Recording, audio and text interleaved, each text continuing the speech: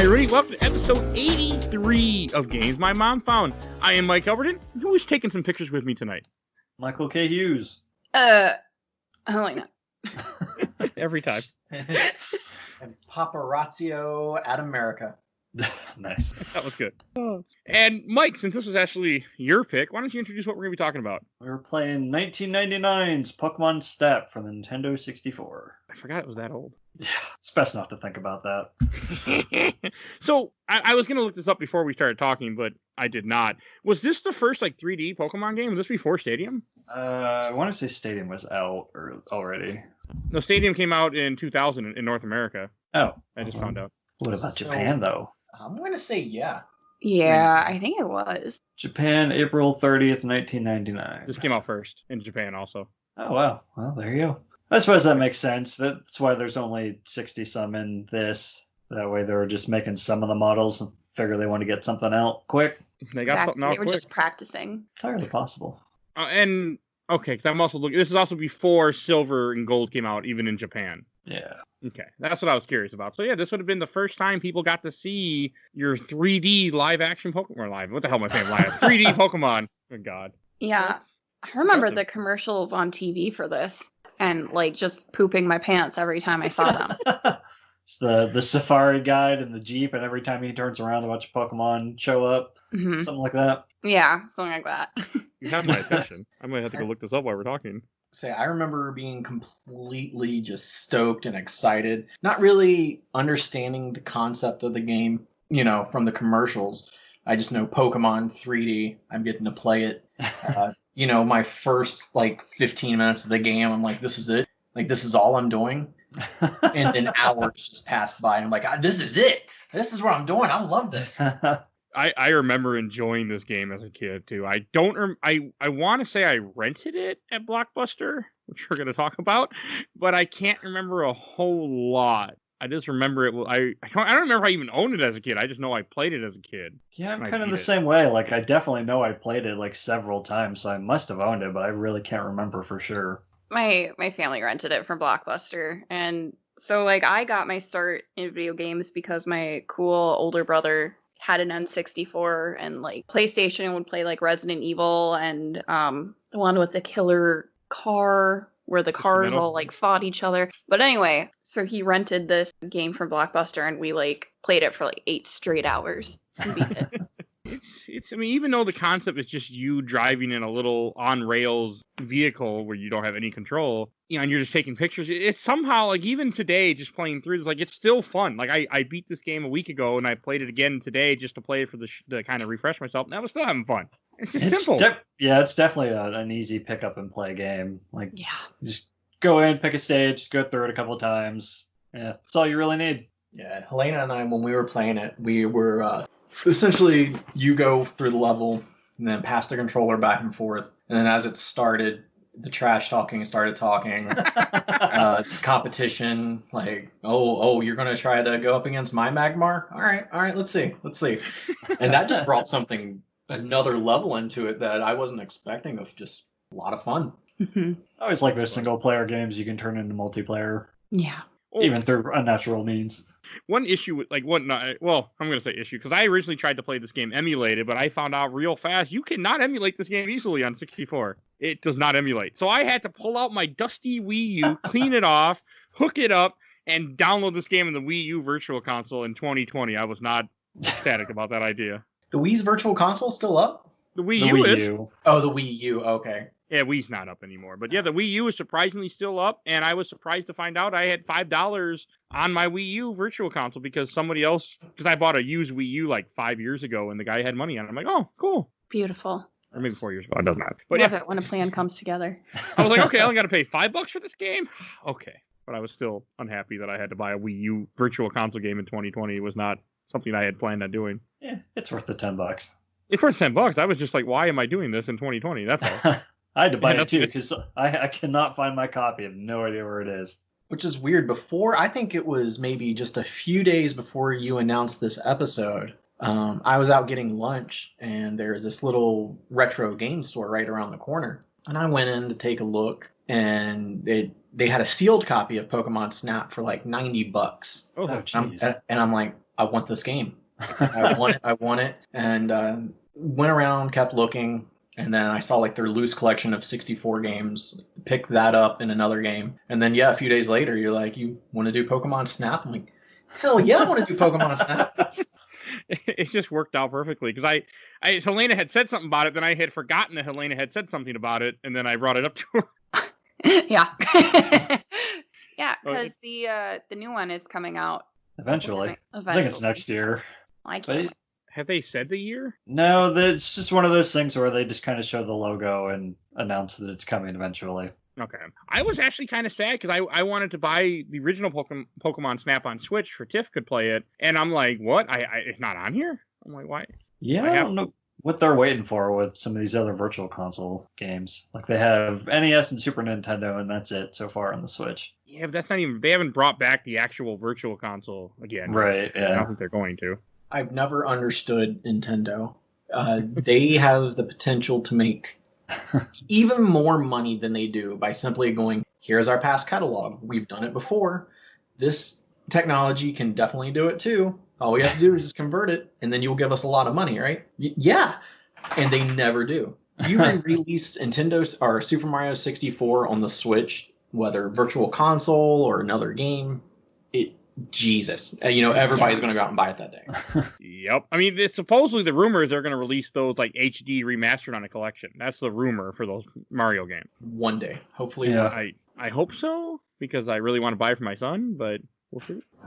There's always Nintendo rumors, though. You can't believe everything out there. I mean, yeah, I don't completely. I care in that aspect because I want him to experience it. I mean, I experience it other ways, but I think it'd be good for people. And it's just the way they are. I mean, Nintendo's odd like that with time. Like with the virtual console, I had bought in Secret of Mana, Super Metroid like 3 or 4 times on different Wiis, and I will never do it again. So that's why I don't like virtual consoles. Why I didn't really want to buy this game, but I as I was playing through it, like I really liked it. Even in the first level, when you so this game starts off, you start off in Professor Oak's little lab, and it's just again, it's kind of like a text adventure in the beginning. I mean, I know I'm butchering, but it's like you're just talking to him, you pick a couple options, and you just go to a course, and then here you are, the on rails, and this little like mobile thing on tracks, and they're like, oh, you gotta stay in here so you don't hurt the Pokemon, and you're on this island where all these Pokemon are running wild. Oh, I hurt plenty of Pokemon in this game. I don't know what he's thinking.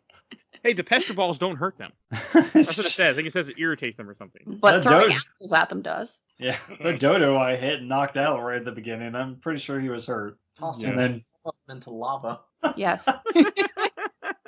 But hey, it's okay when you shoot the Charmeleon in lava. He just evolved. So I guess he's okay, right? Isn't that how it works? Totally. Unless there was a Charizard already in there. Then you just fed him? It just you do to my kids. Something bigger to awaken him. That's a very dark way to look at that scene. Like, we didn't evolve him. No, we just murdered him and woke up something bigger after we fed him. Yeah.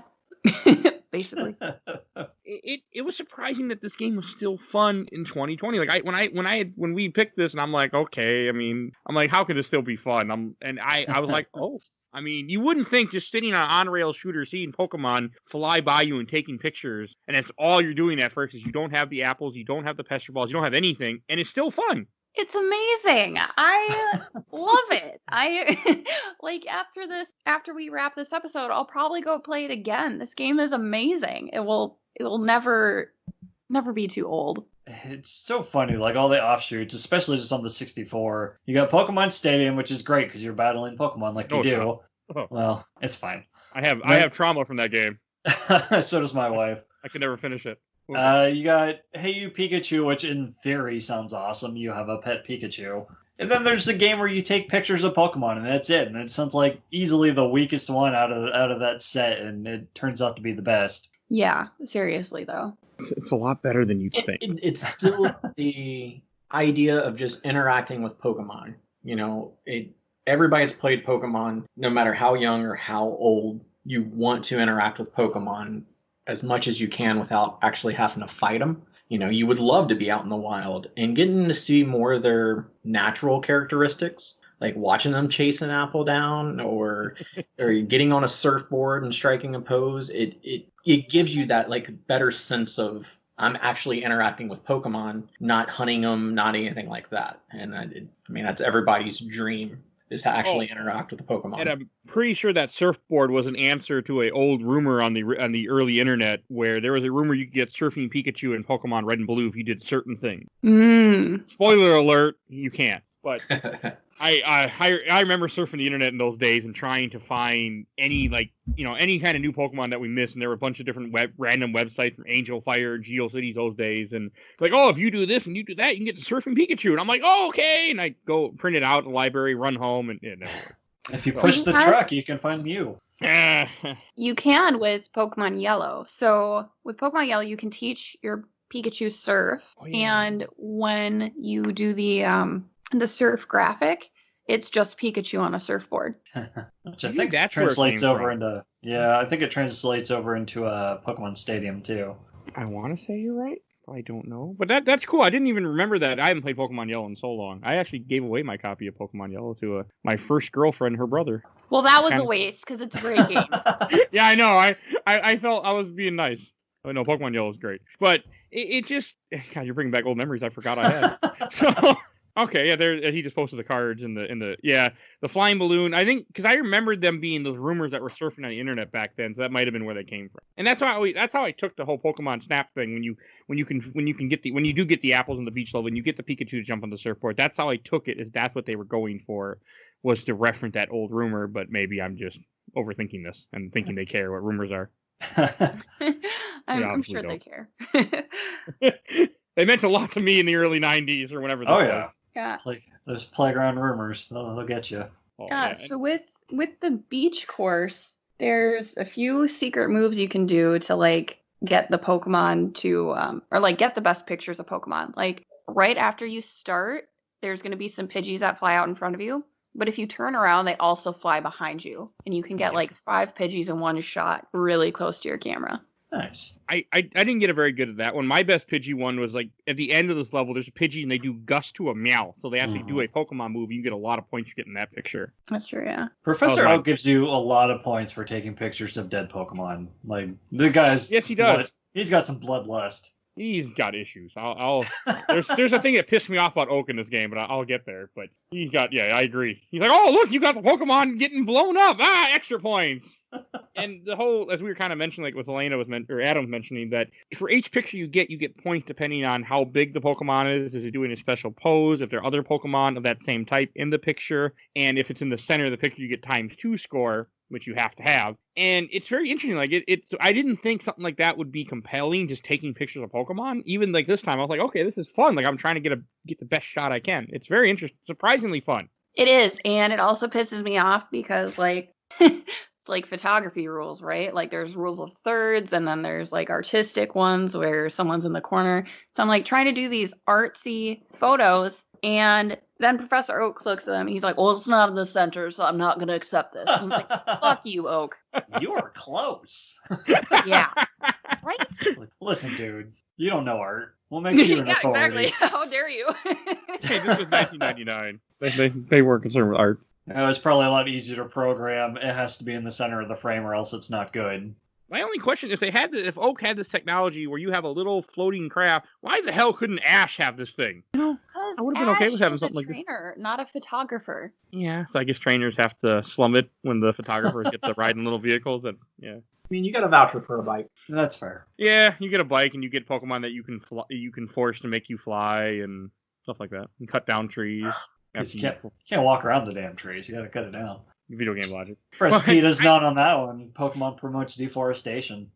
The beach level's actually like it's interesting. I think it's a very good intro level. Like you have a Chansey early on that you can't get right away because it's in a ball. Like I also as the game progresses, you get different items. You get an apple. You get Pester Balls, which are like Pokeballs, but they irritate Pokemon. Filled with toxic it's a chemicals. gas bomb. Itching powder. You get the Poke Flute for some reason. And you get a turbo engine at the very end of the game. I like the turbo engine a lot. I got that before the Poke Flute this time for some reason. Maybe I did too, and I just can't remember. I've always questioned the unlocking methods on this stuff. Like I think some of them are course related, some are point based, but I have no idea. I can't remember. I like how one thing about the beach or every level, you'll see Pokemon that you can't actually interact with. Like you'll pass by 2 different bushes and you'll see something moving in the bushes, but you can't interact with it. until later on when you get more items to throw in the bushes to get the Pokemon to come out. And I love that. Because I'm a big fan of Scyther. I think Scyther is one of the coolest Pokemon of the first gen. I will never use him because I don't like bug Pokemon because they suck, but he is so damn cool. Oh, fight me. Fight me I on have bug my Pokemon. team. When I play first gen, I have the same team I go with every time, and that's it. Oh, don't spoil it here, though. Exactly. That might be But- coming up. Eventually. So, Helena, do you have a favorite Pokemon from the beach? From the beach. I really have to think about that. I am actually a really big fan of Doduo. Like, if I could have a Pokemon, I would totally want. Is it a Dotrio? Is that what it's called? The three-headed? Yeah, the three-headed. trio. Yeah. Yeah, I would want to evolve it and then ride it around like an ostrich. That would be like the best case scenario for me as a Pokemon trainer. Well, you could. I mean, it's kind of made for that. Yeah, there's one in the race episode of the anime where Ash rides the Ponyta. There's someone riding a Dodrio. That's Yeah. interesting. I gotta say, Meowth's my boy. So I wish there was more Meowth in the game, and then but just getting to see him like right at the beginning pop his head up, and then you hit him and he goes on like this little tirade. That's probably still one of my favorite moments in the game. There's a lot of Meowth in this game, though. I think it's just the beach. I think it's just beach. Or somewhere else, but maybe you're right. Yeah, I Might- think it's just the beach. Wow. I think he appears twice in the beach. I Up on always the hit cliff, Meowth and then when in the Pidgey face. uses Gust. I hit him in the face every chance I get. I wasn't taking any pictures. I just want to hit him in the face. If you Beautiful. save him from the Pidgeys at the end, he does a little dance to get you some bonus points. But I like seeing him get hit by the Pidgey. I never saved boy. him. I didn't know. I didn't care if you could. How do you save him from the Pidgeys? You just hit the Pidgeys with apples or pester balls, and they fly off. Huh. He learned Wow. something new. Like Well, I said, there's- apparently you can outrun the Doduo using the dash engine to get a good picture of it. yeah, I didn't do that. I just hit him with pester balls and killed him. So it's really cool, the little tricks throughout the levels that get you better pictures. Like we talked about before the recording, the Lapras. If you keep taking pictures of them, they get closer and closer as the level progresses. that's how Yeah. you do it. Yep. Taking pictures and throwing apples in the water. We should talk about the aiming system in this game. Oh my god, Ugh. can we not? It's not good. Like It's you have to not good. move your reticle up high enough. Like it is not accurate. It is not fun. And it doesn't help that you're always moving, so you have to lead your targets, and it's bad. It's the only thing about this game that's annoying. Yeah, I definitely like it less every time I have to aim at something. Like there's the muck in the not the cave, It's the cave. No, yeah, it's cave. Oh, yeah, The this second cave. level's tunnel. right? Where you gotta hit the Grimer with 5 pester balls like in rapid succession, and just I was getting real frustrated. Pass right over the third one. Yeah, which is I think that's the one you have to hit. Yeah, I It's just bombarded still him till he evolved, and I kept bombarding him because I could. Knocking the Magikarp out of air. I never did that. to get Never- the Gyarados. Yeah. Yep. It's one of the 2 Pokemon in this playthrough today that I just gave up on. That and Dugtrio. Dugtrio wasn't that. That was kind of easy. You just gotta keep taking pictures of them. Yeah. I don't keep taking pictures of anything. Oh, Well, there you go. I played through when I first played through. I started first. I think I probably had like 20 pictures left, and then I saw Helena play, and it looked like she was playing with a turbo controller anytime there was a Pokemon on the screen. It was just click, click, click, click, click, click, click, click, click, click. I'm like, okay. Yeah, I think that's the way the real photographers do it. Just hope that one of them or more is good. I mean, it makes sense, and I eventually adopted it, but That's exactly how the real photographers do it. Yeah, she's right. I did that every time that anything like jumped out of the water or if a Zubat flew by. I just spammed the hell out of that thing, hoping that I just something took- hit the middle. I took one. I just lied out, get my one doom done because I have issues. Even though I know I have enough film, I have to save it. Oh, I just have jeez. to. I can't use it. I have to save it. But you can just go back through the level. I know. I didn't say it was correct. I'm just saying that was the problem.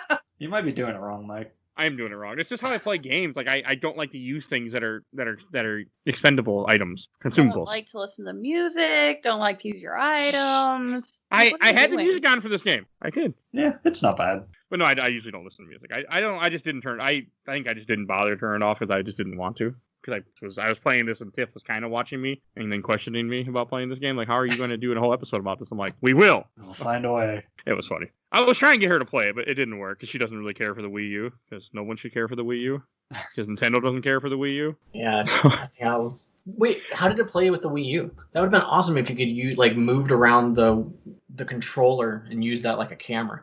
That does sound awesome, doesn't it? Yeah, that Wow. would have been awesome. Yeah, that would have been awesome. Why One reason I hate about the Wii U, because since the screen is colorful, I keep wanting to look at the screen in my hands. I'm like, don't look at the screen in your hand, look at the damn TV. So what I had to do is I had to put it on my lap and then not look and force myself not to look at it, so I watch the TV instead.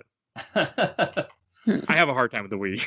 But it doesn't have anything special. I mean, I want to say they mentioned something about you can move it around, but in my experience, there was nothing special. It was just playing it on there. Yeah, so I think it's the Wii version. You can use the Wiimotes to aim, but it didn't transfer over to the Wii U unless you're using the Wii remotes. I forgot this was on Wii Virtual Console also. It really should be on Switch. I'm still upset it's not on Switch. Once again, all Nintendo has to do is just give us a game. Doesn't matter which one. They don't want money. Yeah.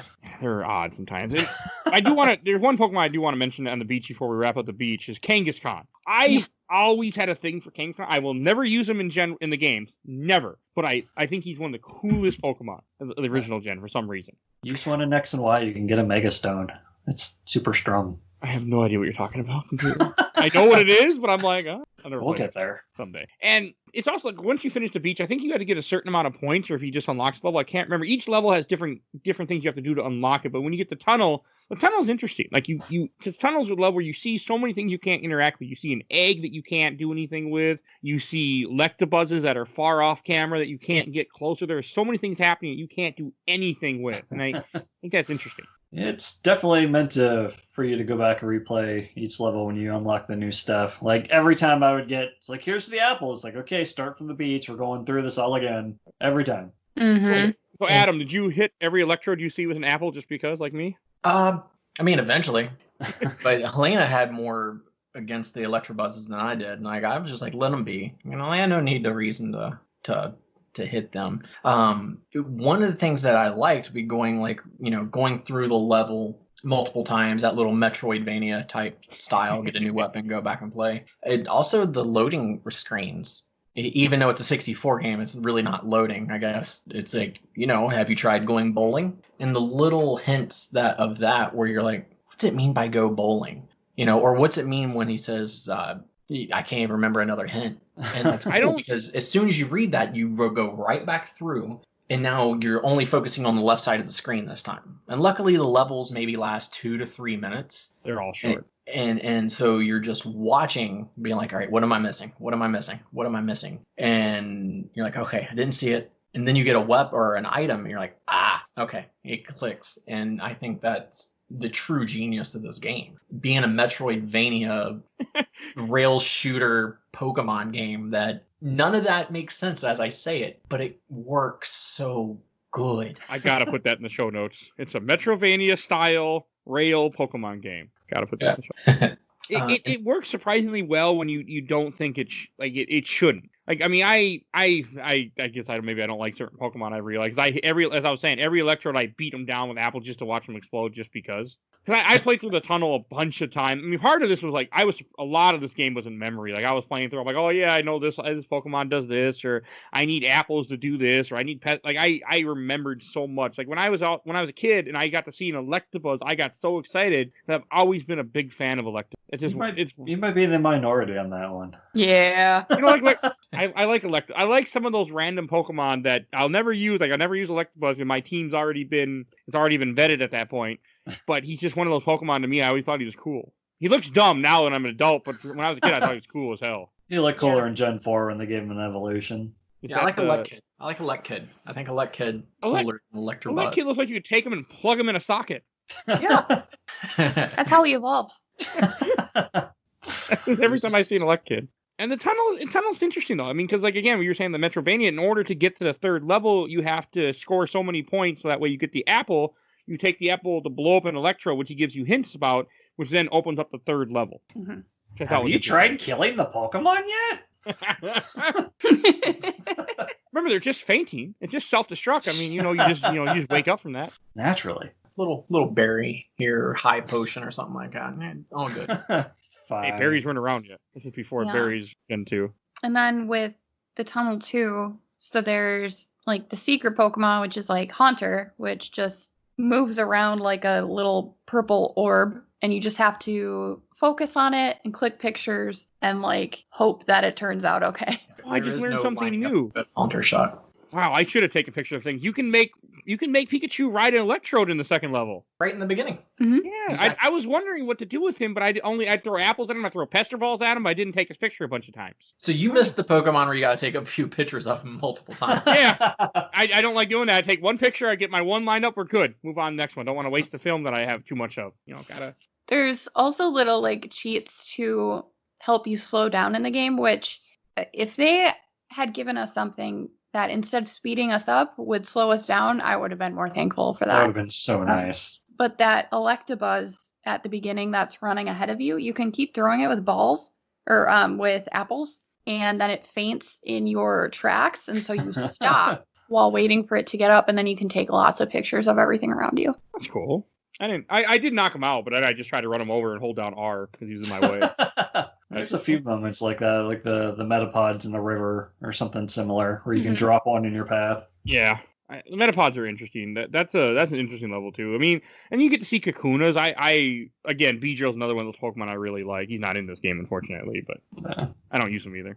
He's I pretty- do like the Magnemite thing. You try to take a picture of the Magnemite and they won't let you until you get the apple and you get them to, and then you can get them to go together and turn into a Magneton. That was, to me, that was cool still, as in 2020. Mm-hmm. I was surprised. I'm like, this is cool. Like because again, I mean, if you in the old Pokemon game, they talk about in the natural world they would come together and then they would evolve that way when you get more Magnemites together, not when they hit level 35 or whatever the hell it is. They evolve that. Again, I mean, and I guess this kind of surprised me because even in 2020, seeing Pokemon in their quotation natural habitat really was still such a cool idea. Yeah, it doesn't get old seeing Pokemon in the wild. Like it's happy, and then like getting a Slowpoke to evolve into a Slowbro. Like you see the shoulders, you see the Slowpoke, you know how this happens. Now making it happen, you're like yes, because Slowpoke is one of my favorite Pokemon. Okay. Yeah, I don't know why. But, Yes. I was wondering why. You might be in the minority on that one too. oh, No, he's so cute. I would love a Slowpoke. I always wanted a Sandshrew when I was a kid. Ew. Thanks, Lane. I have a problem with Sandshrew, and it is due to the show in the first season, and I can't remember who it is, but the His trainer name's had a AJ. very thick Southern accent. Yeah. You're Sandshrew! So that's all I can ever hear when I hear Sandshrew. Well, also in that episode, he pretty much like kind of tortures the Sandshrew too, and puts like metal things on him to make him stronger and all. It's odd. Oh, Yeah. yeah, he does. It's not like looking back as a kid. I'm like, oh, okay, and I'm like, wait a second, this is kind of dark here. Yeah, he like Yeah. forces him in water and stuff too Mhm. to toughen him up. Oh, yeah, he does. He's not That's nice, animal that abuse. Sandshrew. Well, that's- Where's PETA? Oh, God. oh, God.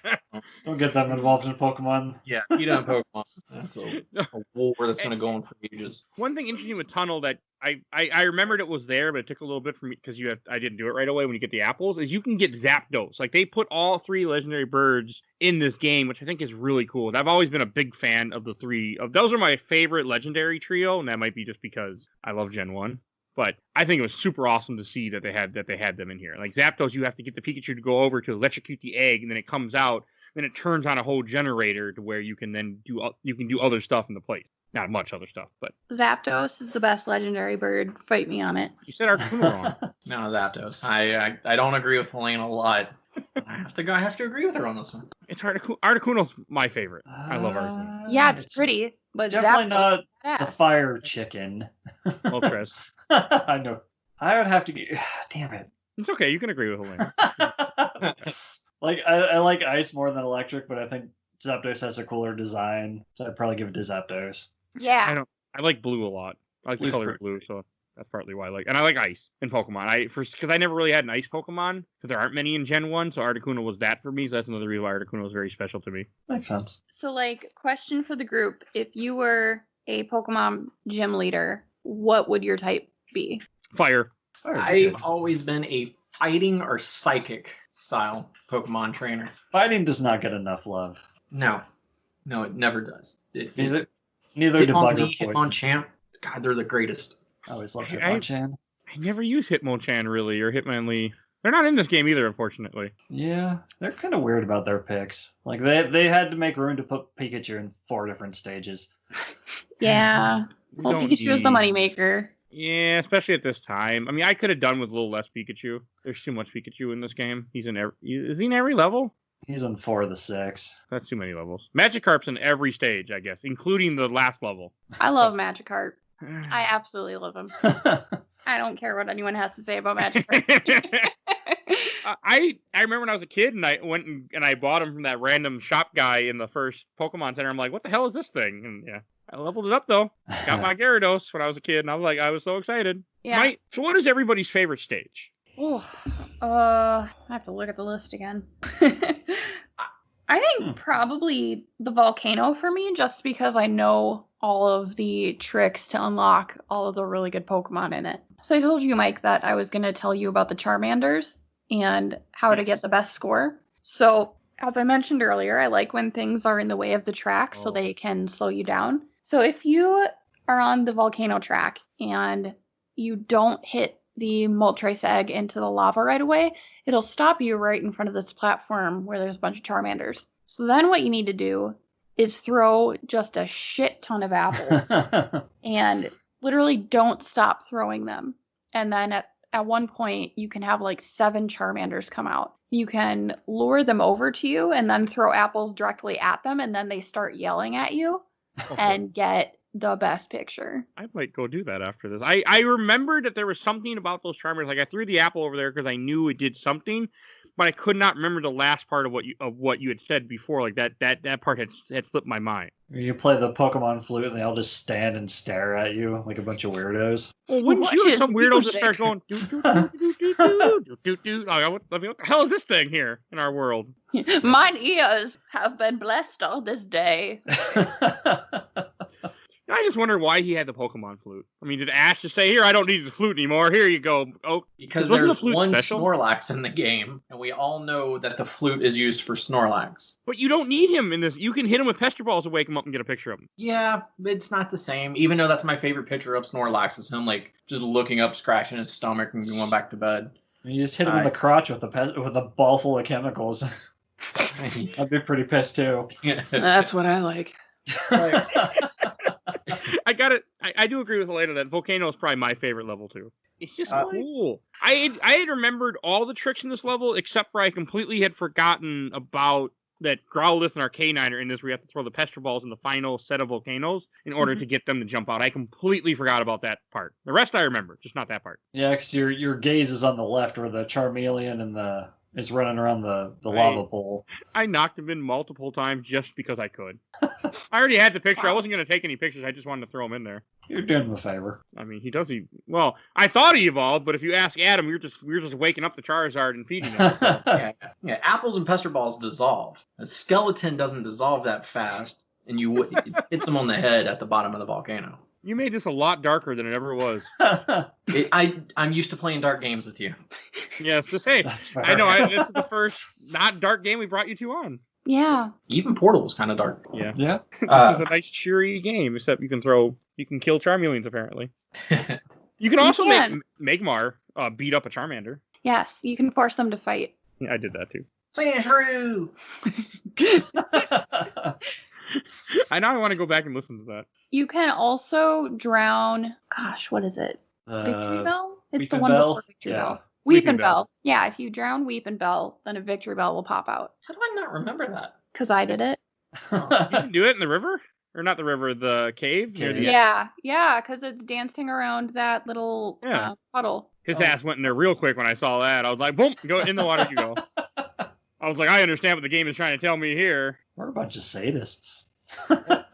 Yeah, I remember now. Yeah, it's just one of those games. Like, it's still fun. I just, for some reason, I wanted to hurt the Pokemon too, and I don't know why.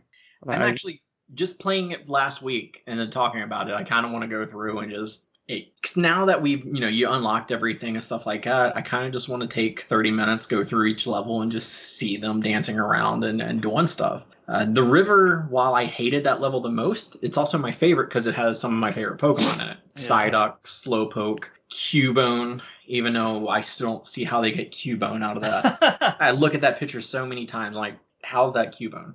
And those are like the little, what are they called? Scenes? Pokemon signs? Signs, yeah. And Mewtwo is my favorite Pokemon It hands down always will be. Doesn't matter how many Pokemon come out. Mewtwo is always my favorite. And, the first time you don't really see him as a sign. Everything else you have like a base idea, but then like you go and develop the film, quote unquote, and then like there's Mewtwo. And I'm like, yes. It's kind of like the Haunter in the tunnel level where you just see the things floating into the sky and you take a picture, and then like Adam said, when it develops you see the outline. But also, as you were speaking about the river has Bulbasaur, which I like how like Bulbasaurs are inside the log, but if you throw a bunch of apples, they can come out and start eating. That's how you get that picture.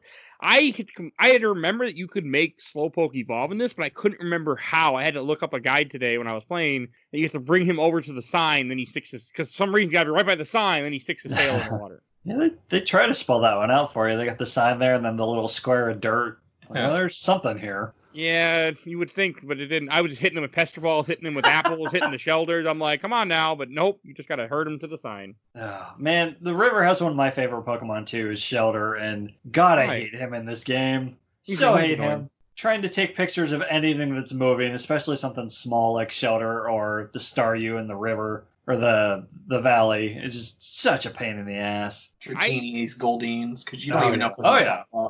They're barely like you just randomly throw balls in the water and Goldeen would go Goldeen and jump out. It's very strange. Like I like the Poliwags in the beginning where you can hit them with apples or pester balls and get them to all eventually come out, and then they kind of follow along with you for a bit in the water. Yeah, they kind of come down the ramp and dive right in front of you.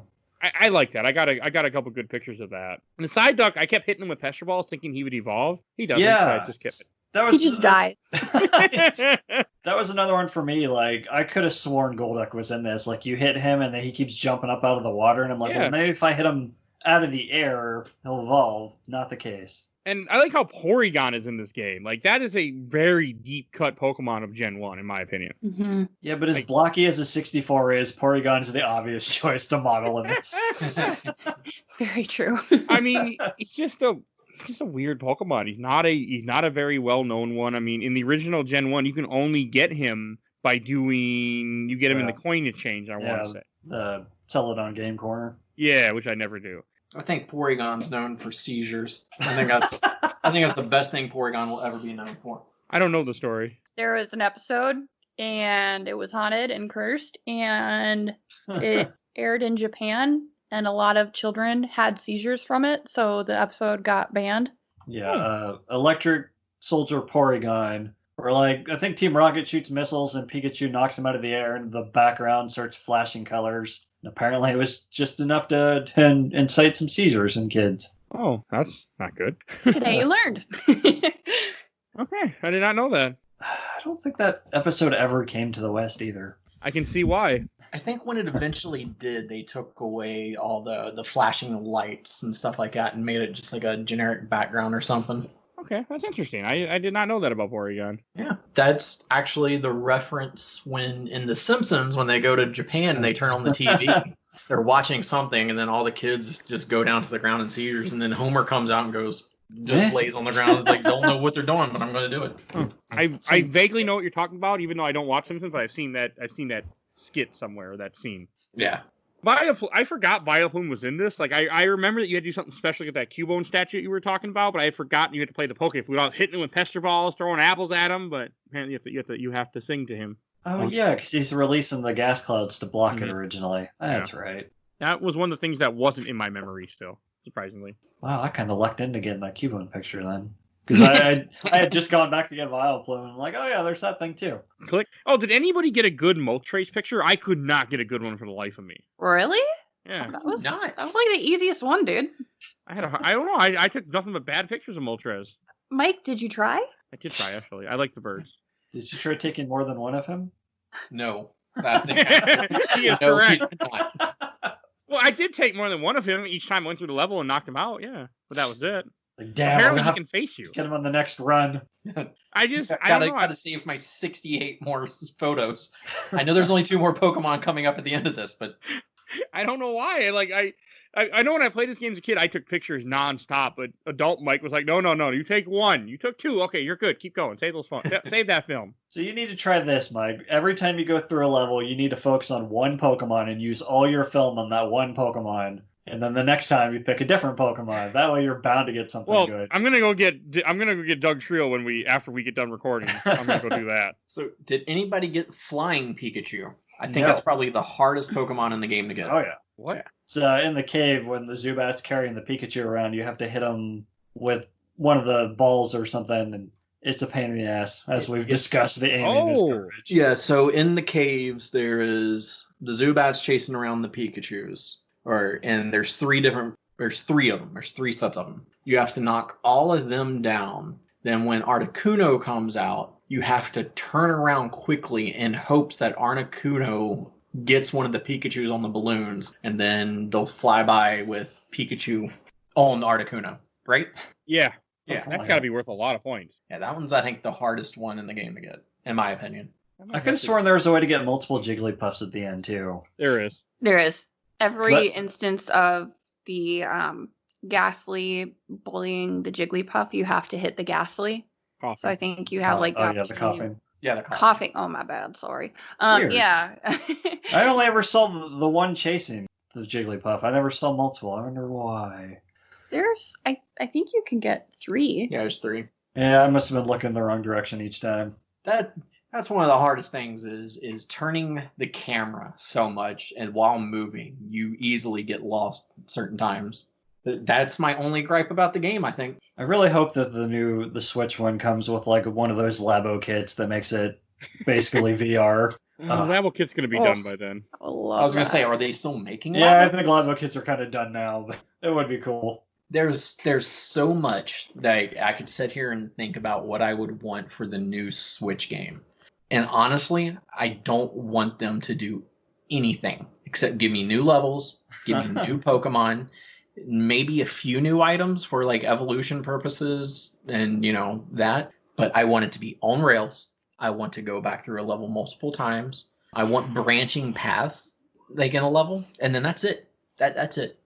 Give me the same game and I will happily pay for it. Oh, yeah. Make it more than an hour long, too. Yeah. I mean, I like how quickly it's kind of like a choose your own adventure here, because you can create a longer game or you can just blow through it really quickly. Mm-hmm. As we found out, the more we've been talking. You can do a lot of things in this game. It does get its hooks in you when you take a picture like, I can do better than that. And you just go right back into the level, hoping to get a better shot. Yeah, I didn't do that a lot, but there were some where I'm like, this is pathetic, and I would pick back up and play again. Usually with Shelter or Staryu. Staryu was really hard. I highly recommend playing this game with 2 people and put that little competitive edge in it. Like that does sound really fun. It was. I mean, I was better, so it was fun for me. I'm sure there's I lots can of imagine trash that for Adam. He enjoyed watching a pro do it. You should see his face right now. I am. Oh, God, not video. Someday. But I do want to say in the cave was probably my least favorite level, even though it had some of my favorite Pokemon. I could give 2 shits about the Grimers and all that, and the Coughings and the Jinx, but it had Articuno. I was so happy when I finally hatched Articuno. I was like, yes. But it had Bulbasaur again. You like Bulbasaur. Those aren't Bulbasaurs.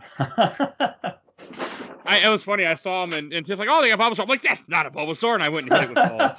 I remember that when I was a kid, stupid face. He's so adorable. I love Ditto so much. Ditto is a really pain to catch in Pokemon Go, though. Yeah. Can we talk about the Detective Pikachu movie for a minute and talk about the sweet Ditto in that? Spoilers for Detective Pikachu. Sure, we can. Up. Yeah, the hot chick is a Ditto. The end. That's the spoiler. That is I can't remember. I saw that movie once, but I don't remember that part. But that just sounds really odd right now. Dude, what are you doing? Go watch it again. It's so good. The main villain's like secretary or assistant or whatever is really a Ditto disguised as a human. That's why she never talks throughout the whole movie. I should watch that movie again. And then you see her with his stupid Ditto face, and you're like, okay, that's what I'm gonna have nightmares about tonight. I remember enjoying it. That's all I remember about that movie. It's all right. It's worth at least a watch. Yeah, and then the Valley is an interesting level to me. The final course that you unlock in this game. I kept thinking there was a Golem, and I was trying to do everything I could to get Golem. I would hit every Geodude I saw. I hit the Gravelers, and then I realized, oh, there's no Golem in this game. It's really weird the choices they made because, like you said, there's Geodude and Graveler, no Golem, and then there's Dratini and Dragonite, but no Dragonair. I'm okay with that part though. I like Dragonair. It's one of those. It reminds me of an old prank where you get 2 chickens and you paint 1 on one chicken, 3 on the other chicken. You release both chickens into a place, and now everybody's running around looking for 2. and maybe that's a prank that I did. I don't know. Whatever. But that gets me, because if you have 1 and 3, you're like, where's 2? 2 has to be in here.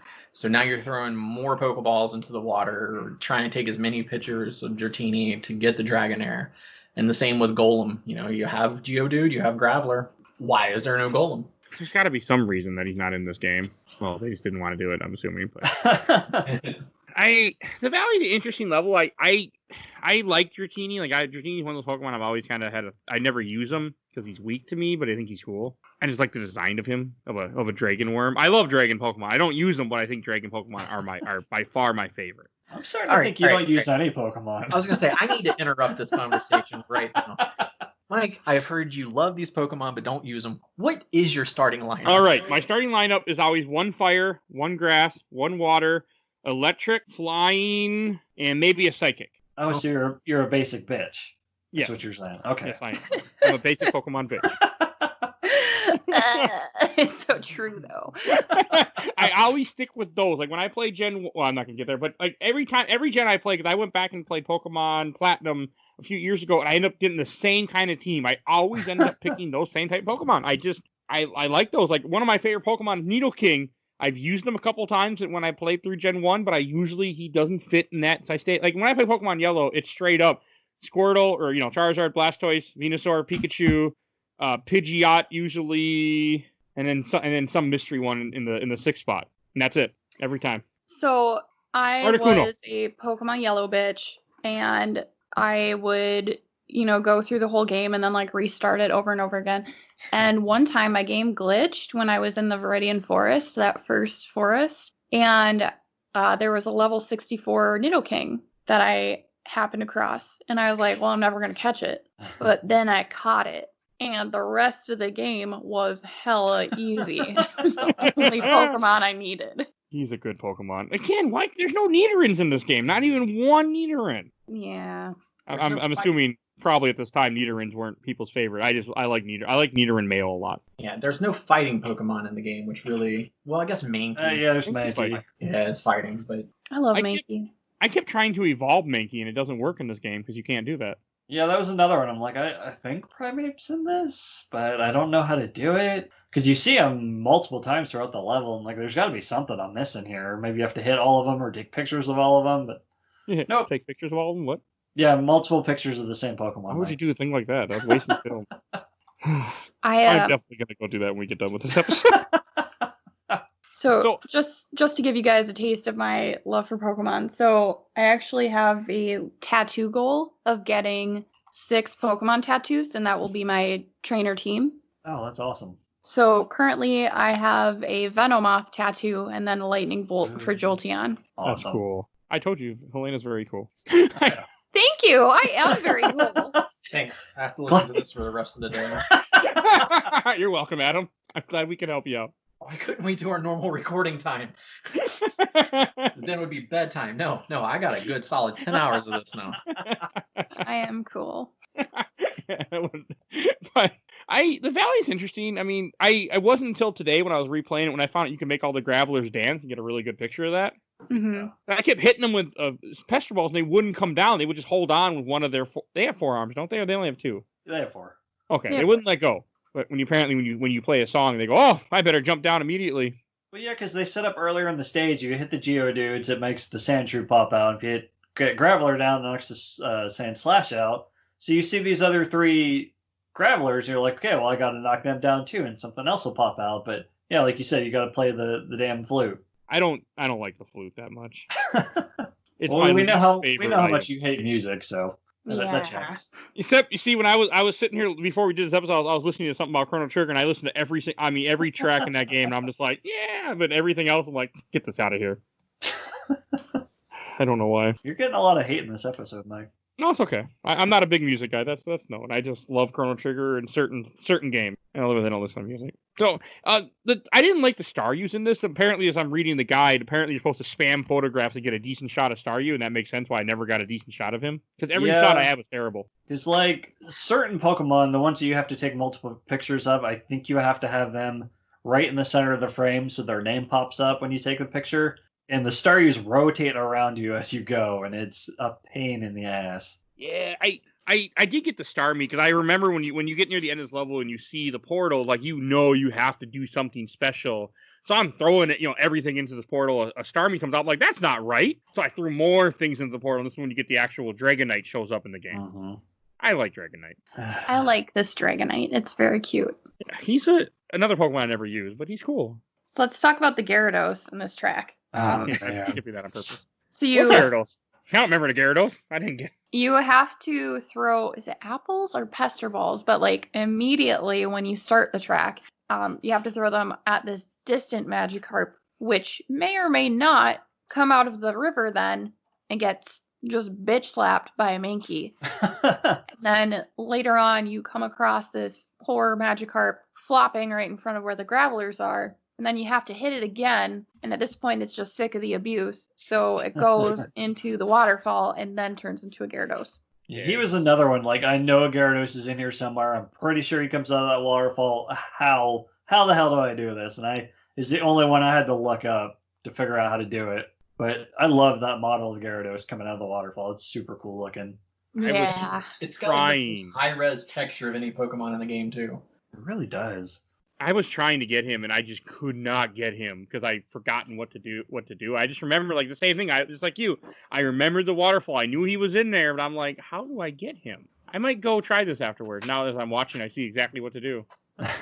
I tried to play this game without a guide. I played most of it from memory because I had a lot of it in my memory, but I couldn't remember where one or two of the signs were. One we talked about earlier about the signs. There's 6 signs in this game. After you finish the regular levels, you have to go get.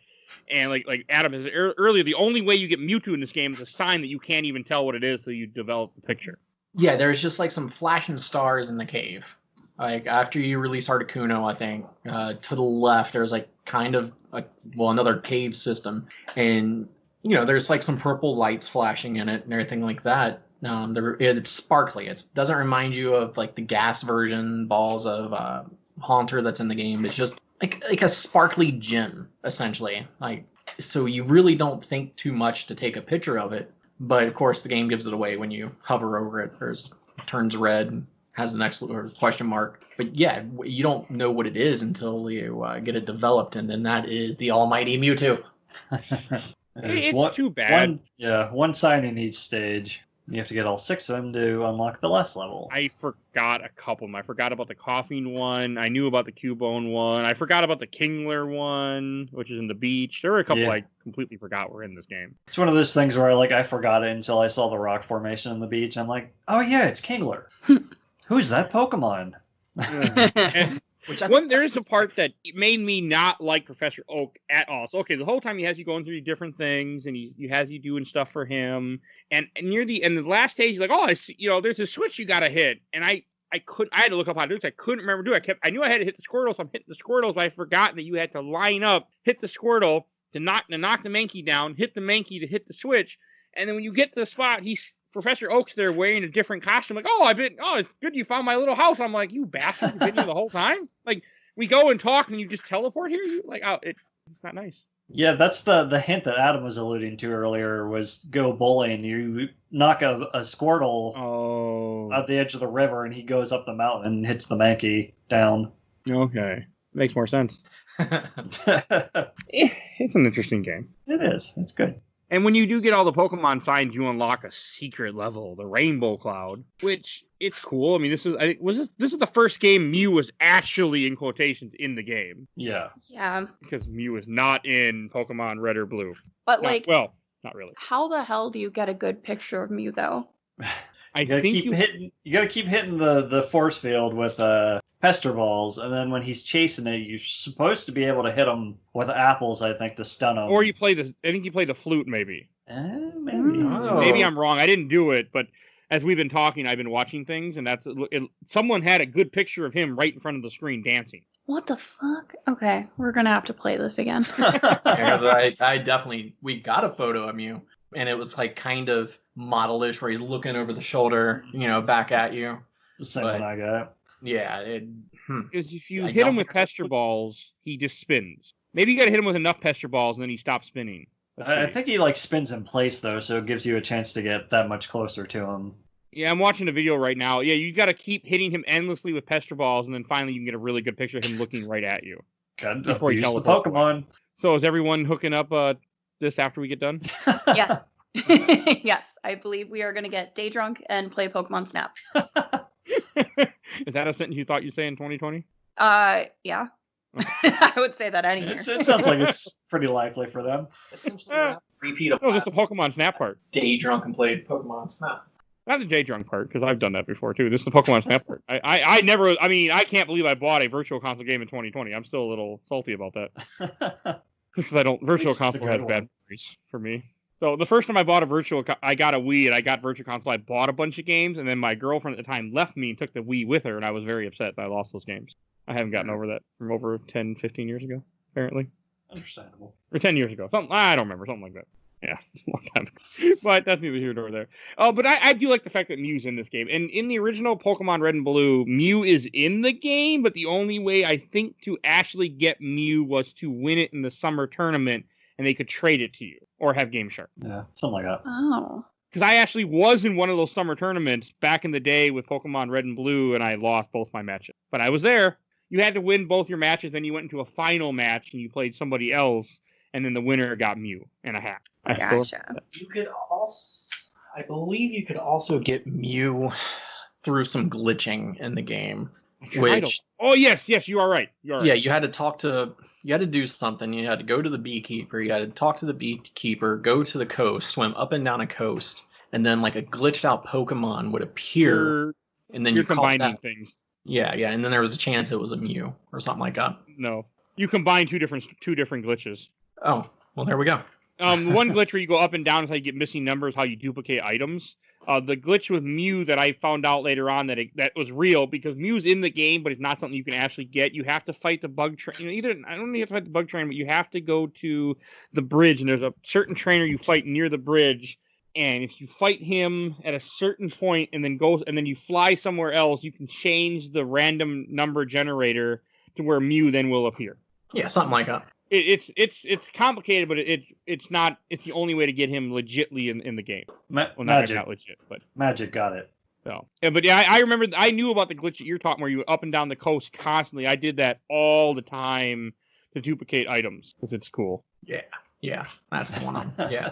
And there's something that we haven't mentioned about this game that I know Adam and me want to talk about, is we got to talk about Blockbuster in this game. Oh, yeah. I hadn't forgot about it. I've been waiting. Oh, I had a binder from Blockbuster, and it was man. So one of the big selling points of this game was the Blockbuster kiosk, where you could take your memory card, put it into this kiosk, it would upload your photos, and then you could print those photos out into stickers.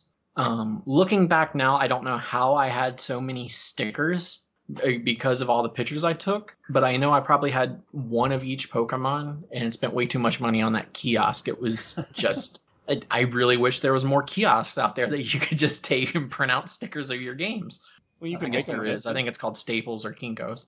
Or yeah, FedEx. FedEx office is. Yeah, there you go. I should know. Yeah, I was gonna say. I think somebody here is actually pretty well versed in the ability to print out stickers. You'd have it. It would take a little bit of effort. But yes, but it was. I don't think I ever did it, but I remember it. But I'm pretty sure I never actually went and made anything. Yeah, I feel like I remember seeing the kiosk, but I never used it.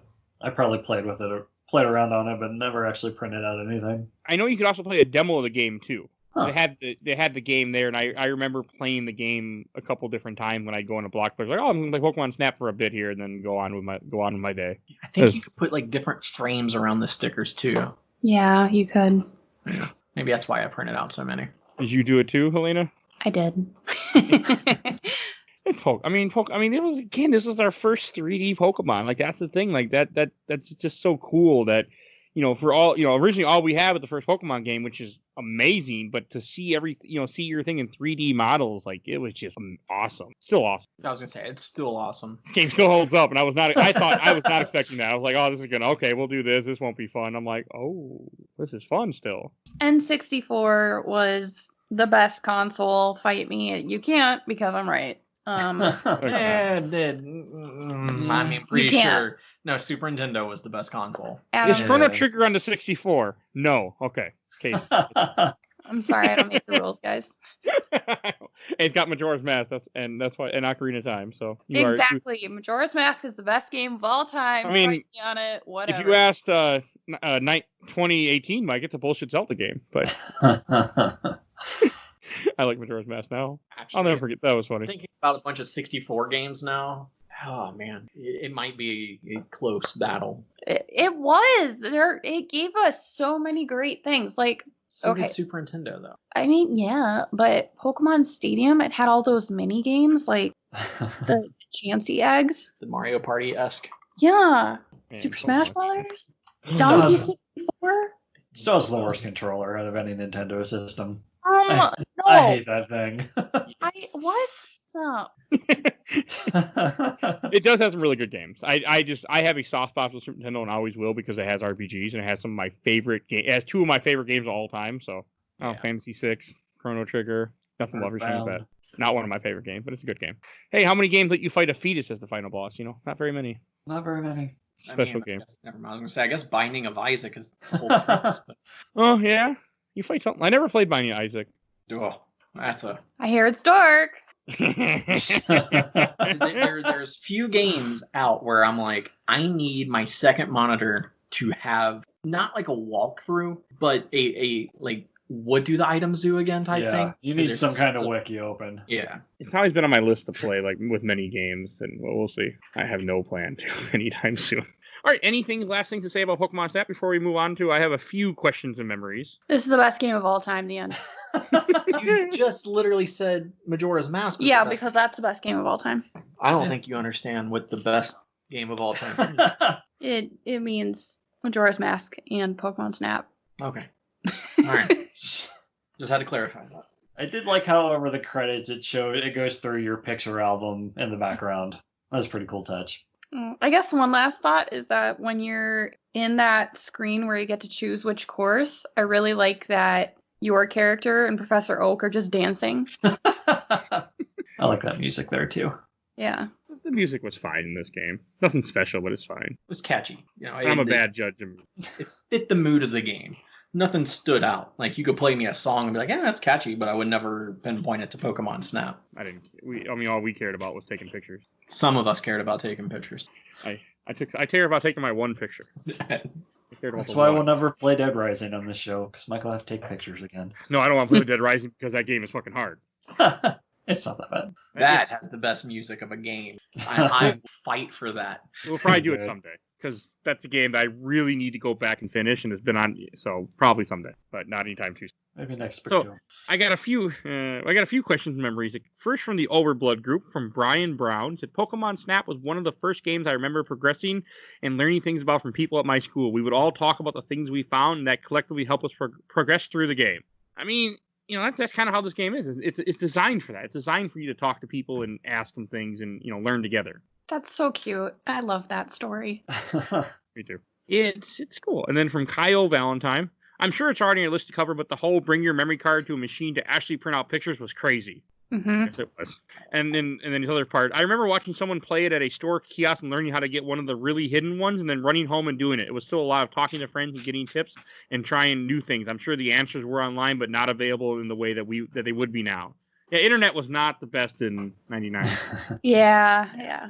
So that would be my rule to everybody out there when Pokemon Snap for the Switch comes out. Don't post anything. Get the best experiences as you can. Bring up another kiosk. Go to the kiosk, hang around and be like, wait, how'd you get that? Ooh. I think it would be the best thing ever. Let's shut down the internet for 48 hours when Pokemon Switch comes out. It'd be like when Pokemon Go first came out and everyone was outside and just interacting. Everything was such a pleasant world. Oh my god, that's the alternate universe I want to come back. That was I wasn't even playing the game of that summer, but that was an interesting summer. I didn't have a Like, phone that could handle it. month and a half. Yeah.